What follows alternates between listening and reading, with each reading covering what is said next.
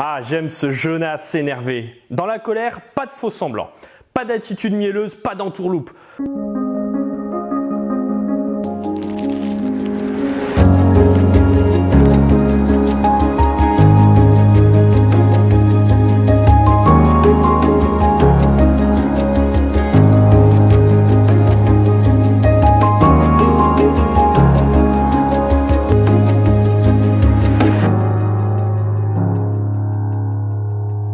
Ah, j'aime ce Jonas énervé. Dans la colère, pas de faux semblants. Pas d'attitude mielleuse, pas d'entourloupe. Quand on est en colère, on dit ce qu'on a vraiment sur le cœur sans prendre en compte la politesse ou autre convention sociale. Bon, il est vrai qu'elle peut être destructrice, mais dans ces cas-là, ce qui pose souci, ce n'est pas tant la colère elle-même que la violence qui l'accompagne, voire qui l'engloutit. Et c'est cette violence qui est inacceptable et condamnable. Mais la colère en elle-même est révélatrice. Révélatrice d'un besoin non comblé.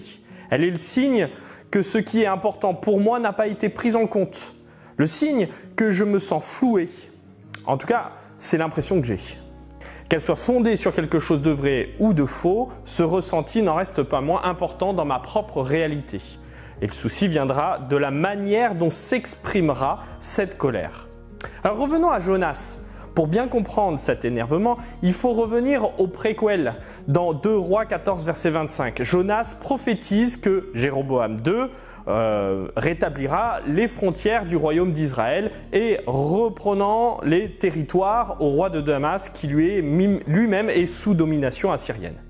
Et cette victoire, c'est une victoire pour le roi d'Israël. Puis quelque temps après, Dieu demande maintenant à Jonas d'aller chez l'ennemi assyrien pour proclamer contre eux. Seulement voilà, les Ninivites n'ont pas l'élégance de rester à leur place d'ennemis de Dieu et donc d'Israël. Maintenant qu'ils ont écouté Dieu, c'est la confusion quoi. Ce qui était bien défini jusqu'à maintenant ne l'est plus. Les Assyriens ne sont plus les tout aussi méchants et mécréants que ce qu'ils étaient. Et Jonas est en colère contre Dieu. Alors voilà, quel est ce qui était vraiment important pour ce Jonas ? Qu'est-ce qui n'a pas été pris en compte pour lui? Est-ce que c'est de devoir changer de camp et annoncer la délivrance à l'ennemi? Est-ce que c'est le fait que Dieu ait pardonné si vite à l'ennemi et qu'il n'a pas détruit? Est-ce de la jalousie de la part de Jonas? Est-ce qu'il n'arrive pas moi aussi à me mettre en colère contre Dieu pour sa miséricorde ou ses changements de plan? Autant de questions que je vous invite à vous poser durant cette école du sabbat, ce sabbat.